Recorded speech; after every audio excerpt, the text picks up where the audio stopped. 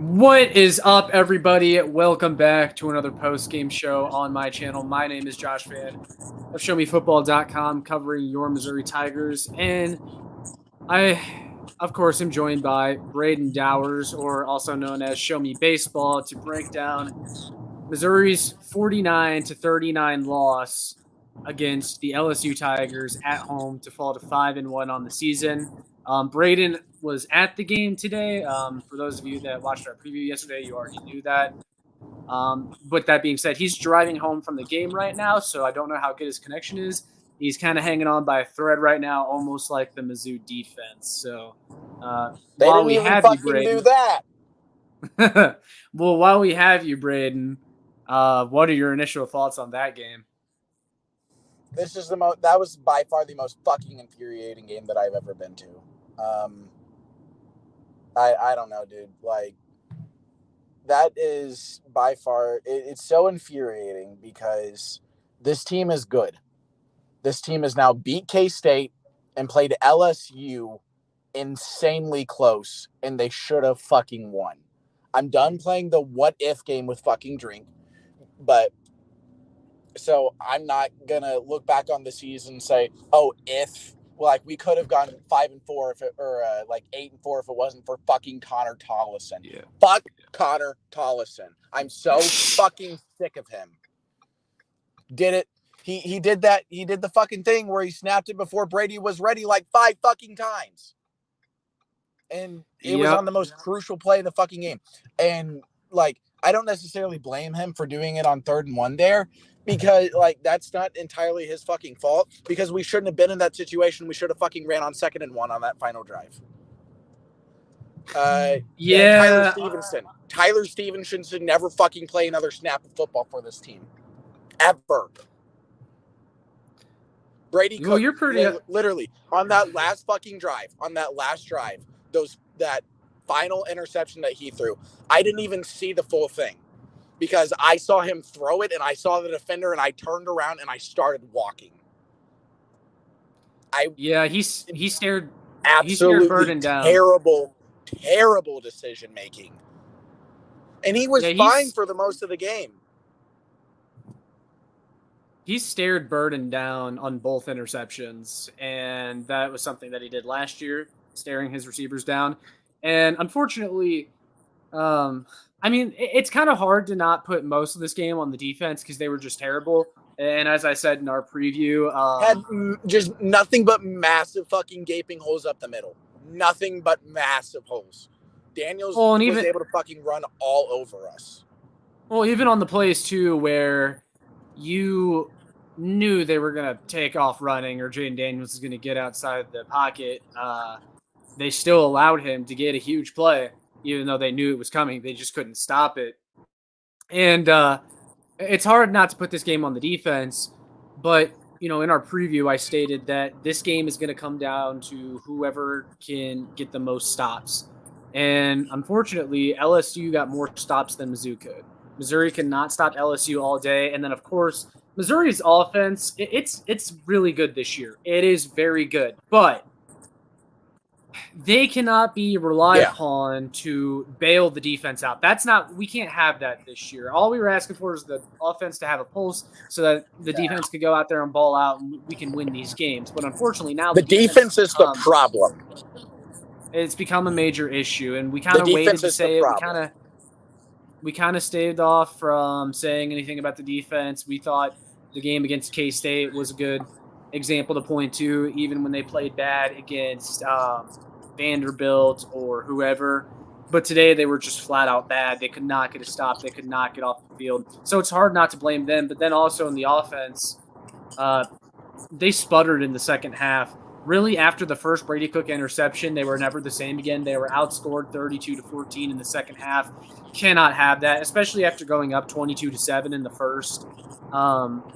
It's just, you could kind of feel it. It was almost like the Georgia game last year, and it was kind of the classic, like, you take a big lead. Mizzou meltdown. You knew LSU was going to come creeping back in. The question was whether Mizzou could pull their heads out of their ass in order to win this game, despite letting LSU creep back in. And unfortunately, they didn't. They let LSU take the game back, and Mizzou just couldn't hold on. Like I said, this is the most infuriating team ever and most infuriating loss because this team is clearly good. This team has a top 25 caliber offense, which is something I did not expect to say before the season started. And the defense just let us down. And we've been saying Mizzou's been playing a C plus B minus game. That's just their fucking game.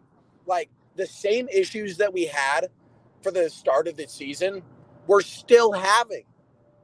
Like, nothing's getting cleaned up. Nothing's changing. It's the same song and fucking dance every goddamn week. It's the same issues. And they're not getting fixed. You're in the middle of the season now. You got nothing but challenging games left on the schedule. Well, the good thing... I mean, fuck. If we won that game, we were bowl eligible. Yeah. Yeah. Oh, it's tough because we have that game. Like, that's the most frustrating part is we had so many opportunities. Oh, yeah. I genuinely so many thought opportunities. Whenever we went down, I think it was whenever we went down 42-39. I'm like, that's fine. I trust the offense to go down and score in these final 2 minutes.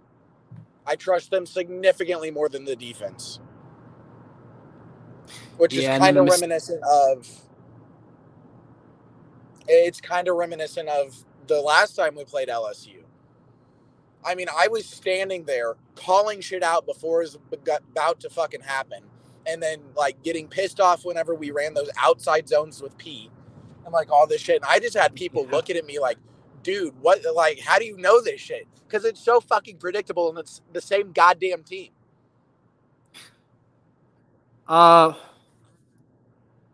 Well, on the bright side, everything that Mizzou wants this year is still in front of them. LSU is very good. That can't get lost in this. LSU is still a very good team, very good offense, at least, I should say. And because of that, they're still dangerous no matter what their record says. They're always going to be a tough out for anybody playing them. Jayden Daniels is a fantastic quarterback. You said it in the preview. Like, Jayden Daniels is maybe the best quarterback in the SEC. No, he definitely is. And I mean, and there was a clip I saw after the game too, where Drink kind of went up to him and they had a little bit of a conversation. There's some mutual respect there between Drink and Jayden Daniels because Drink wanted Jayden Daniels on this team. He recruited him from the transfer portal a couple of years ago, and it's tough to think where this program could be if Jayden Daniels was their quarterback a year ago. But I mean, Brady Cook has been more than good enough for this team, but the problem is the defense just had a really horrible game. But like I said, everything that Mizzou wants this year is still in front of them.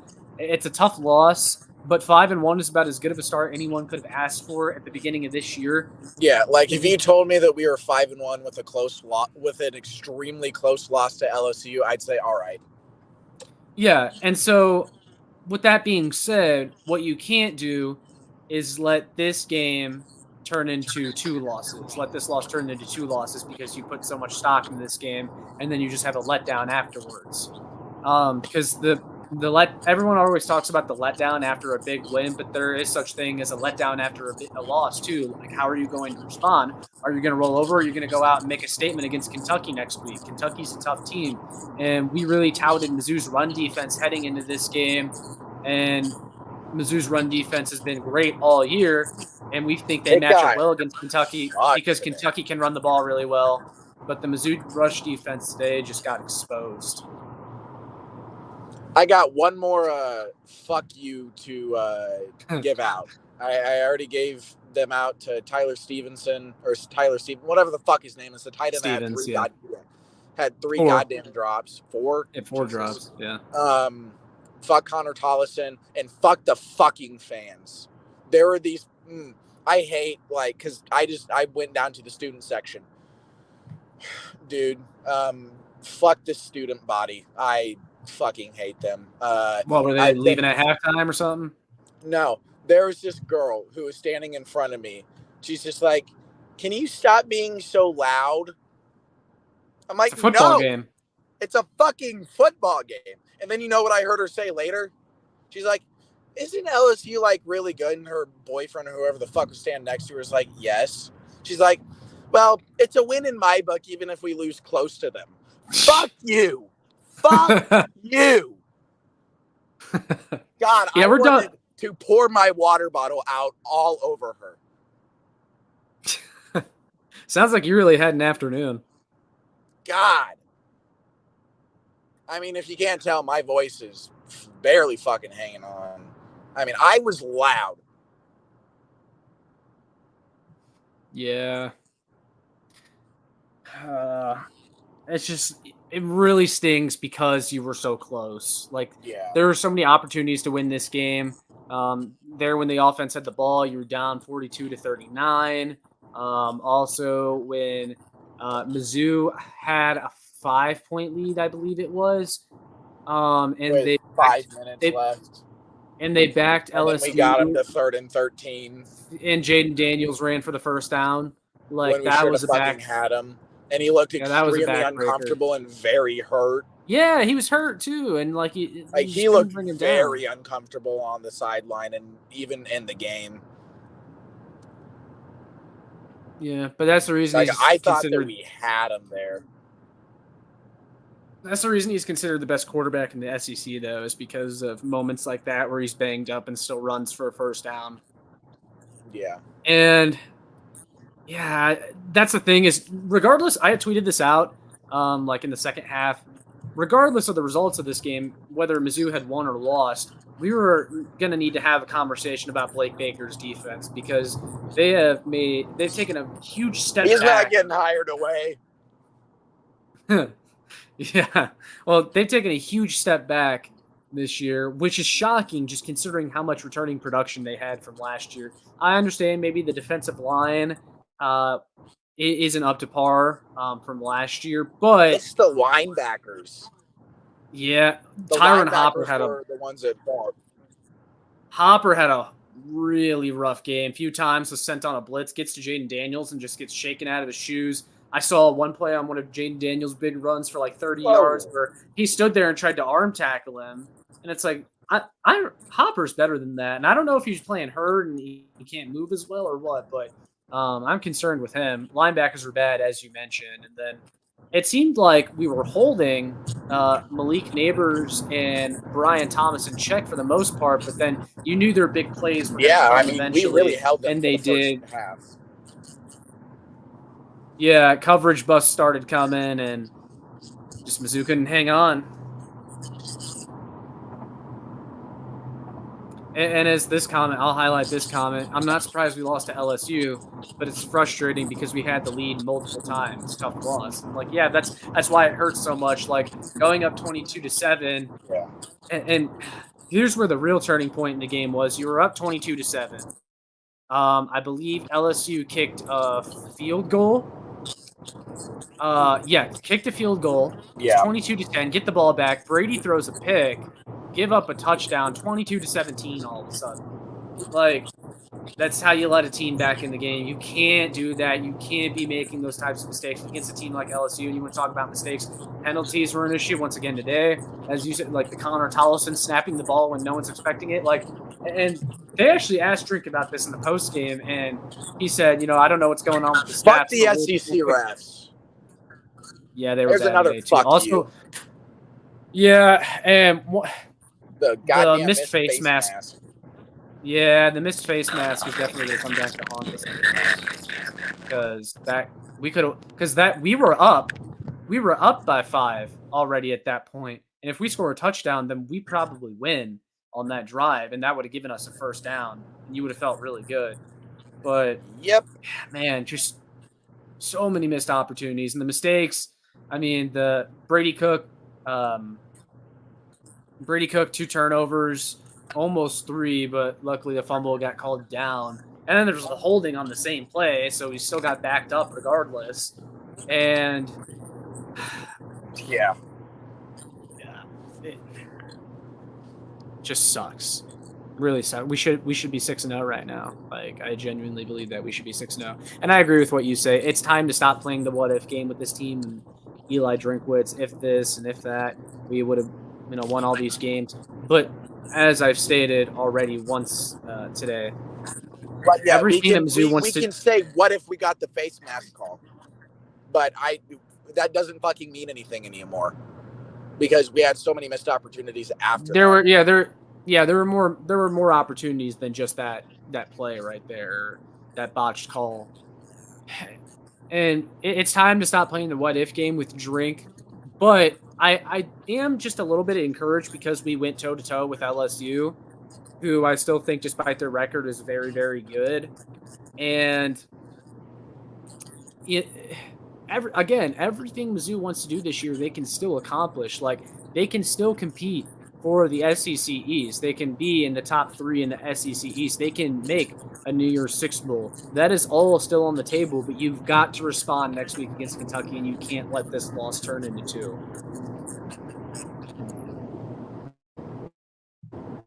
Yeah. I mean, I'm not very confident against Kentucky. They've always had our number, especially in Lexington. I don't think we've ever beat them there.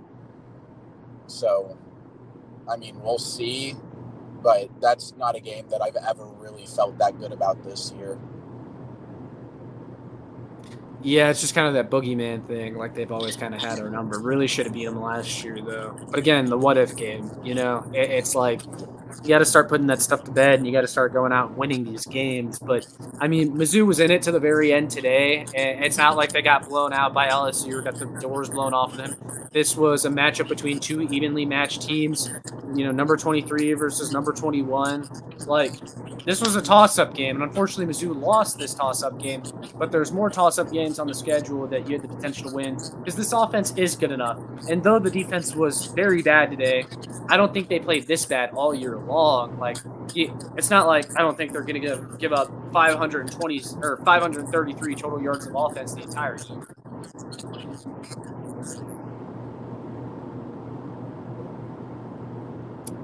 I don't know if you have any other thoughts on that, but defense is rough today, man. Sorry, couldn't stop the run. Yeah. Nah, it's no worries. I mean, I'm worried against Davis from Kentucky. I'm very worried about him.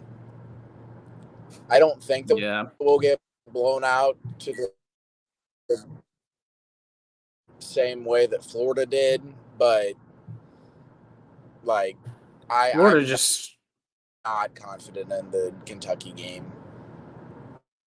Well, most of the reason that game got out of reach quickly for Florida was because Graham Mertz was horrible.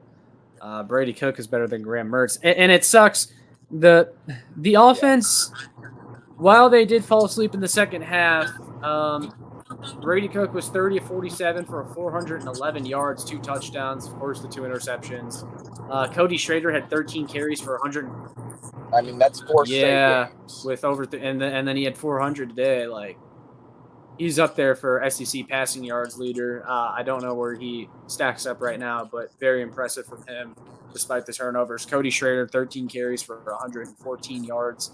Drink said that he had 3 touchdowns too. Drink said that he had a quad injury, coming into this week, and he wasn't sure if he was going to play. Doesn't matter. Goes out there and rips off 114 yards, and the running game was actually doing quite well today, which makes you even more just mind-boggled as to how they didn't run it on that second one, or was it third one? I think it was second one. It's like, man, just run the ball and get a first down, and then who knows what the result of the game is. Luther Burden, 11 catches for 149 yards. Another fantastic day from him. Even though they really tried to stop him in the second half, he still got a couple big plays. Mookie Cooper, 7 catches for 80 yards. Theo Weiss, 4 catches for 80 yards. He came up clutch a couple times. And it all from the first drive, this Missouri offense was absolutely humming. And it's like, oh, man, they can't stop us. Like, if we can just get a couple stops on defense, like, this offense keeps getting the ball back, like, they're not going to be able to stop us. And that was the case there for a little bit. Missouri scored 3 touchdowns on 3 offensive drives to begin the game. And then they kind of stalled out just a little bit, and the defense couldn't hold on.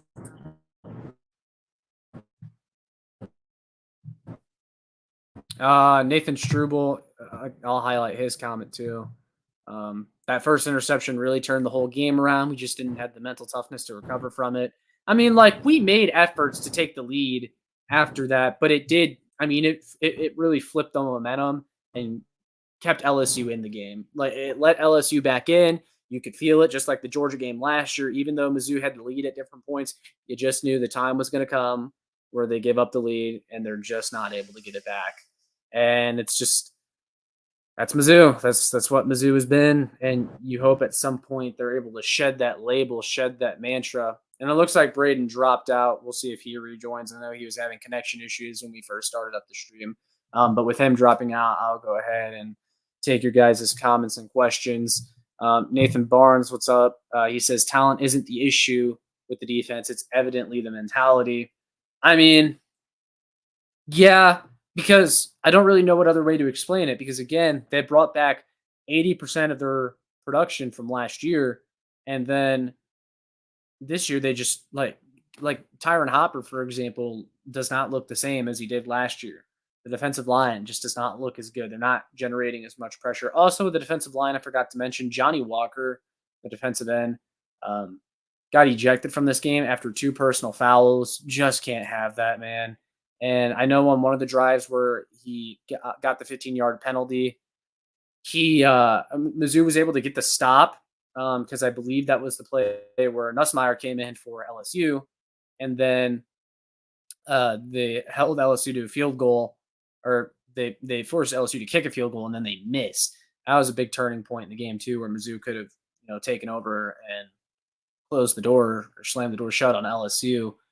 But Johnny Walker can't have that, man. And this team, like, they needed all hands on deck on defense. He's one of their best defensive players this year. You cannot be getting kicked out of the game like this. You cannot let the other team get into your head. But unfortunately, that's what happened.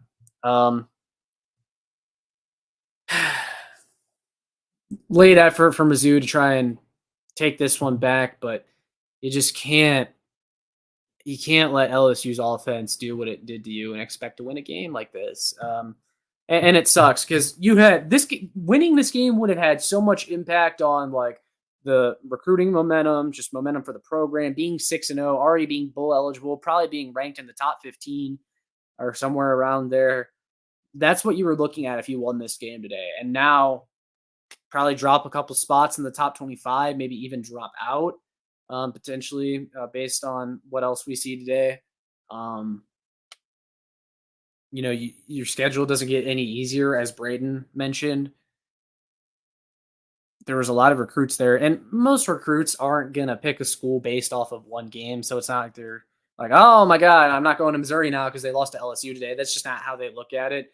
But it really did feel like that this was a game, if Mizzou had won, it would have been the tipping point and the recruitment of a lot of players, and it just would have been huge for this program to win this game on all fronts, man, in all aspects.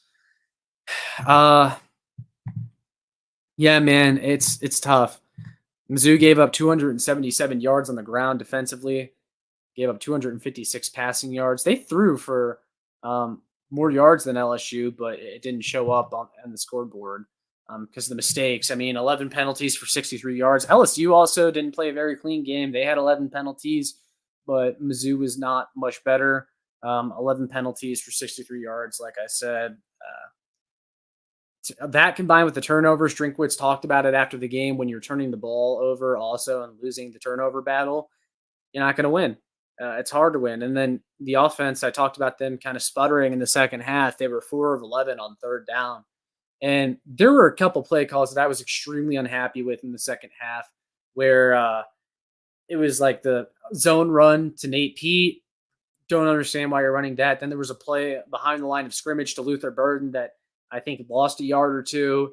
And it's like, yeah, those are drive-killing plays. You've got to start going vertical. Or like, you had so much success going vertical. Why are you not still doing that? Why are we getting cute behind the line of scrimmage? That's been a Drinkwitz staple in this offense. And I know Kirby Moore is the offensive coordinator, but you wonder if that was Drink maybe calling that play. I did not like that at all. That killed that drive, forced Mizzou to punt back to LSU and put their defense back out on the field. But yeah, the third down efficiency, they were 4 of 11. You got to be a little bit better than that on third down. You don't have to go 80% on third down, but if you were maybe 6 of 11 on third down instead of 4 of 11, maybe you win this game. That's the difference, man. Like, you've got to clean up the small stuff. And that's something that Drinkwitz's teams have struggled with in the past. Drinkwitz's teams often do things that well-coached teams, well-disciplined teams shouldn't do. But the penalties and just the tiny mental mistakes, the shooting yourself in the foot, it's something that Missouri has struggled with. And unfortunately, it cost them the game today. It cost them the game, and a really big game, an important game, and one that they were so close to winning, man. One where they had so many opportunities to win. And so it sucks, man. It really does. I mean, we're Mizzou fans though, so we've been through some painful losses before. This is we're used to this, so therefore it doesn't feel all that bad. And you should still be looking up on this season because you're 5-1, guys. You're 5-1. No one expected Mizzou to be 5-1 at this point in the season. Or, if you were offered that before the year to be 5-1 after the LSU game, most all fans would have taken that. And you got Kentucky next week, a chance to bounce back. It's a game on the road, which will be tough, but the fans are still behind this team. This team still has a lot of talent. The offense is still very good, but the defense has got to clean this up if this team wants to win in the SEC and have a good conference record. Because if they have another game like today where they just cannot stop the run, they can't stop Ray Davis in Kentucky, it's going to be a long day for them. And it could be a potential, back and forth kind of shootout like this game was. Because if you bet the over in this game, you won some money today. Mizzou and LSU definitely hit the over for this game. But unfortunately, Mizzou couldn't cover, so that sucks. I know they were trying to make up a little bit by kicking a field goal there at the end with Harrison Mevis, but of course they trot Harrison Mevis out there just to miss another one. I know he kind of earned everybody's trust back after the K-State win. He had a couple of missed kicks today.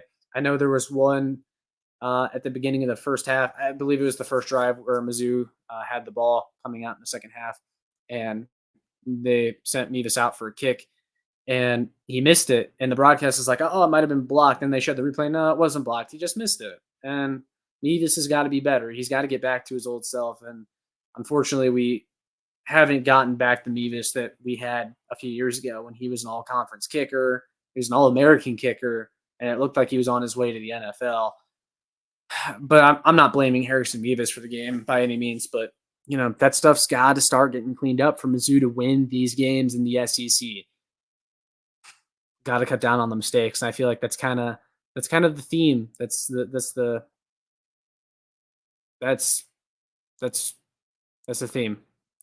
You got to cut down on the stupid turnovers, the stupid mistakes, just all the small stuff.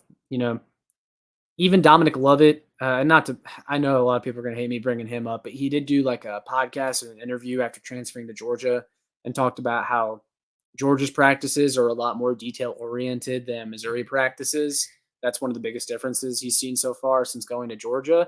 And it makes sense when you look at the way this team plays and the penalties that they accumulate. I don't know what they're doing at practice, but they got to switch it up and become more detail oriented. And Drink's really got to hit on these small details. He's well aware of it. You can tell because, he was asked about it in the press conference and he's talked about the stuff before. He's not stupid. It's not like he doesn't know, but whatever he's doing at practice, he's got to start stepping up or switching it up because this is getting to be really unacceptable. And like the Connor Tollison false starts, for Christ's sake, talked about him last week and how that could cost you a game at some point. It very well cost you the game in this one because it came on the last offensive drive from not the last one, but the last real one that would have given them a chance to win this game. And it's got to stop, man. It's got to stop. But those are my thoughts on this game. It doesn't look like Brayden's going to be able to rejoin us since he's on the way home, but we at least got his reaction and we broke down this game. We're going to take some time to recover after this one. It's been a long week of coverage, both Mizzou and the Chiefs, if you've follow the Chiefs on here. But yeah, man, Missouri falls to LSU at home, 39-49. Unfortunate loss. It stings. It sucks. You could have had it. You had this game in the palm of your hand, and you just let it go. But don't let it turn into 2 losses. Don't get too down on yourselves. Don't get too down on this team, Mizzou fans. There's still a lot this team can accomplish this season. But I'm going to go ahead and wrap it up there. With all that being said, make sure you guys like, share, and subscribe so more Missouri fans can find this. And make sure you check out my work on showmefootball.com. And we'll see you all in the next one. MIZ.